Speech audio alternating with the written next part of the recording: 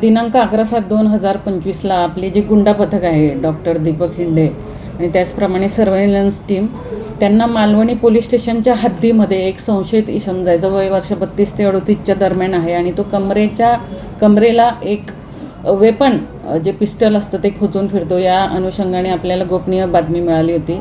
त्याची शहानिशा करता आपली टीम गेली असती. मवा देसाईचं जे ग्राउंड आहे त्याच्या फुटपाथवर आपल्याला तो संशयित मिळून आला. त्याला प्रॉपर आपण ट्रॅप करून त्याला आपण आपल्या ताब्यात घेतलं.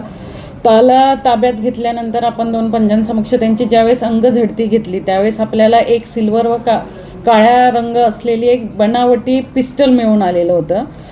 त्याची जवळपास आपण 75,000 किंमत आणि 4 जिवंत काडतुसे आहे ज्यांची 4,000 आपण किंमत लावलेली आहे. आणि अटक आरोपी जो आहे तो आरिफ इस्माईल शहा वय वर्ष 35 आहे. तो राहणारा रत्नागिरीचा आहे. या गुन्ह्याच्या अनुषंगाने तत्काळ आपण गुन्हा दाखल केलेला आहे 842/2025.